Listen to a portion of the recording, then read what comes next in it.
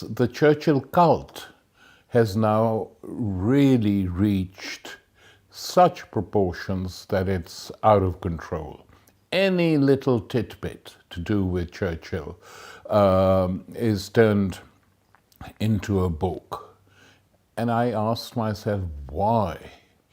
Because this cult didn't exist during the war, during Churchill's lifetime.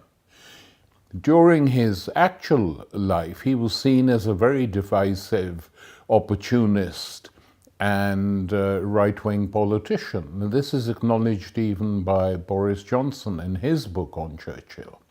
And Conservative Party in Parliament and outside loathed him because he had a habit of changing parties. It's like musical chairs.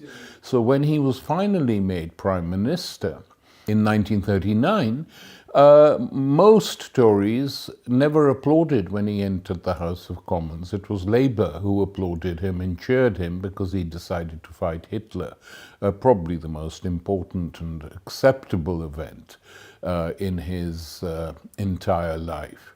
So what I do in this book is explain two things. One, the actual history of Churchill, the times in which he lived, what he did, what he didn't do, what he advised others to do, and the life he led was that of a racist imperialist.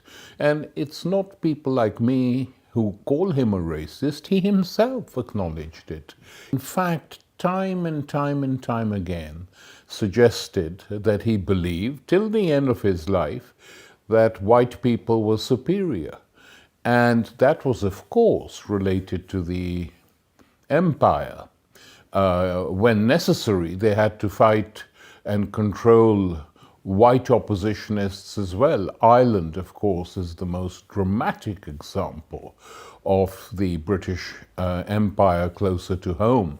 Fighting in Africa, in Asia, in the Middle East came naturally.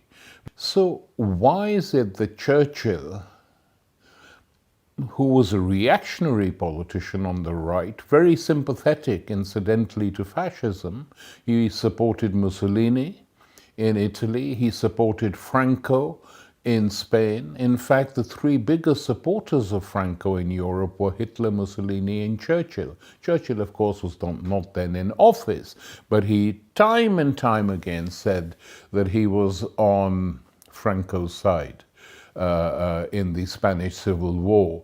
But why did this particular politician become such a bugbear? He was hated.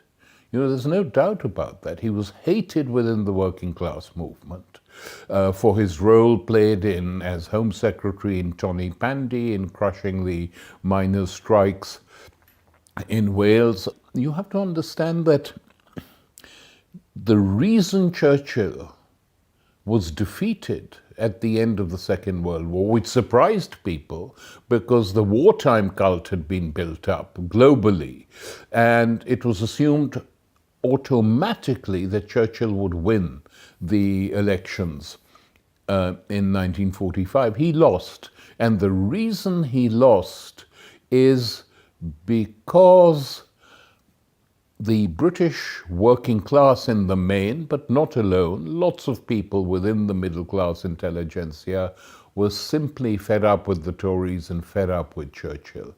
And those memories overrode the memories of the Second World War. So Churchill was not sanctified during his lifetime. And in fact, in the 60s and 70s, two important decades for politics and culture in this country, there was open criticism and mockery of Churchill by satirists, playwrights, writers, and no one cared a damn.